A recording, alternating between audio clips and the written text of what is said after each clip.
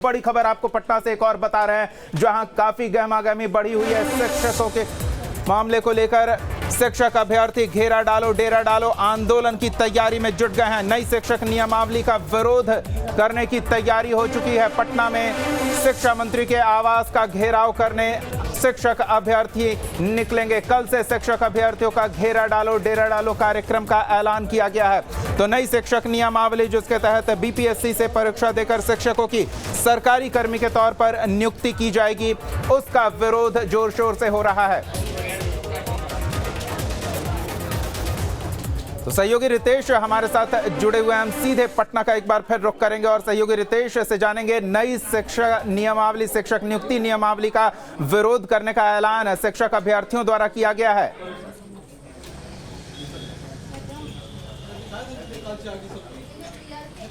बिल्कुल सही कहा दीपक आपने। शिक्षक इसके विरोध में पहले दिन से ही हैं। भले ही सरकार लाख अपनी पीठ थपथपा ले कि बीपीएससी के जरिए वो शिक्षकों की बहाली करेगी, 2 लाख से ज़्यादा जो रिक्त पद हैं उन्हें भरा जाएगा और इसमें पारदर्शिता होगी और उन्हें सरकारी कर्मी, राज्य कर्मी का दर्जा मिलेगा। ये तमाम बातें राज्य सरकार कह रही है और शिक्षकों की संवेदना बटोरना चाहती है।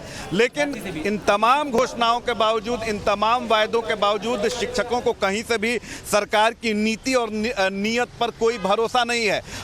हमारी बात हुई शिक्षक अभ्यर्थियों से, शिक्षक नेता से। उनका साफ तौर पे कहना है कि आखिर कितनी बार परीक्षा दें।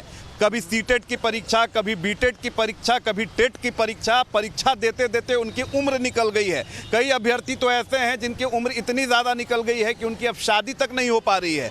अब ऐसे में वो सवाल ये उठा रहा है कि बार बार इस तरह से नियमावली में बदलाव इसलिए किया जा रहा है ताकि शिक्षकों को नौकरी से वंचित किया जा सके। बार बार संशोधन किया जा रहा है। इतनी सारी परीक्षाओं को पास करने के बाद शिक्षकों को ये उम्मीद जगी थी कि अब उनकी नौकरी हो जाएगी, लेकिन अब उसमें नया अड़ंगा बीपीएससी के जरिए डाल दिया गया है। अब बीपीएससी के जरिए फिर से उनकी बहाली होगी। जाहिर सी बात है कि जो परीक्षा में उत्तीर्ण होंगे, जो बीपीएससी की कसौटी पर खरे उतरेंगे, उनको तो नौकरी मिलेगी। और यही बात जो है वो कहीं ना कहीं शिक्षक अभ्यर्थियों को आशंकित कर रही है, सशंकित कर रही है। और इसी को लेकर उनका कल विरोध मार्च होने वाला है। घेरा डालो डेरा डालो आंदोलन वो करने वाले हैं और तकरीबन 5,000 शिक्षक अभ्यर्थियों की रात।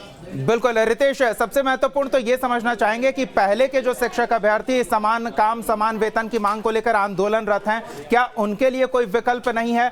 अब सरकारी कर्मी के तौर पर नए शिक्षकों की नियुक्ति होगी तो ये विरोध का स्वर और मुखर होगा। ये विवाद कैसे निपटाएगी सरकार?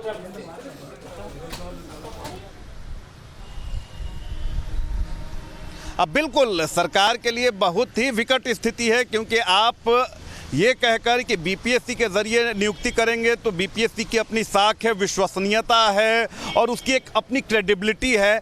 ये बातें शिक्षक अभ्यर्थियों को कहीं से भी हजम नहीं हो रही है। उनका साफ तौर पर कहना है कि सरकार सिर्फ लॉलीपॉप दे रही है, सरकार अपने झांसे में लेना चाह रही है। क्योंकि ऐसे भी शिक्षक अभ्यर्थी हैं जिनकी नियुक्ति प्रक्रिया पूरी कर ली गई, ज्वाइनिंग लेटर दे दिया गया, कहाँ उन्हें योगदान करना है ये बात भी सामने नोटिफिकेशन में दे दी गई और उसके बाद उनकी प्रक्रिया को रोक दिया गया।